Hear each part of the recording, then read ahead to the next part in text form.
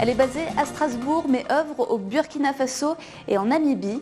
La toute jeune ONG Wildlife Angel vise à protéger la faune africaine via des opérations anti-braconnage sur le terrain, car la situation va en s'aggravant.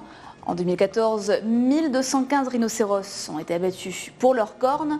Depuis 2010, plus de 100 000 éléphants ont connu le même destin. Le 24 juillet, Sergio Lopez, le président de Wildlife Angel, partira en Namibie avec une équipe pour former des rangers locaux à cette lutte. Ce qui m'attriste, ce sont les résultats dramatiques de la situation en Afrique.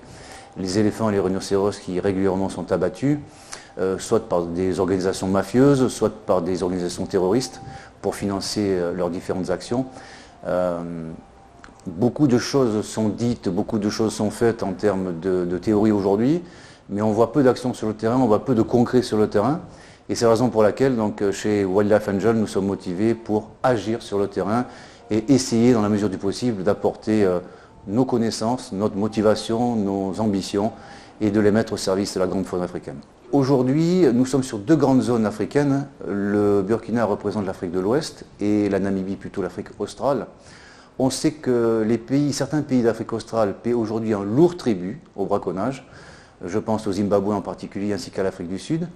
Et la Namibie, nous avons des signes avant-coureurs qui font craindre de fortes actions de braconnage sur le pays. Donc on est anticipatif sur la Namibie. On ne se substitue pas aux forces existantes. Par contre, on a fait des audits. On s'est rendu compte que ces gens-là sont motivés, fortement motivés. Je parle des rangers locaux.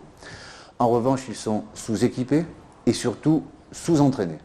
Donc notre premier travail consiste à aller là-bas, les former par des méthodes plus efficaces, plus professionnelles à l'anti-braconnage. Et ensuite, dans un deuxième temps, une fois que Wildlife Angel aura les fonds suffisants, les équiper en tenue, en matériel, en lunettes de détection, etc. Il faut qu'ils puissent combattre les braconniers avec les mêmes armes. On n'est plus, si vous voulez, avec l'image d'Épinal du braconnier à la française, d'accord, qui tuait son lapin 2 ou 3 fois par semaine. Là, nous sommes vraiment face à des structures organisées, des organisations mafieuses, et malheureusement, pour ce qui est de l'Afrique orientale ou de l'Afrique occidentale, des réseaux terroristes qui ont trouvé, si vous voulez, dans la vente de l'ivoire et des cornes de rhinocéros, un moyen de financer leurs exactions. Je crois que le combat sera gagné uniquement si les populations locales sont avec nous. Et elles le seront.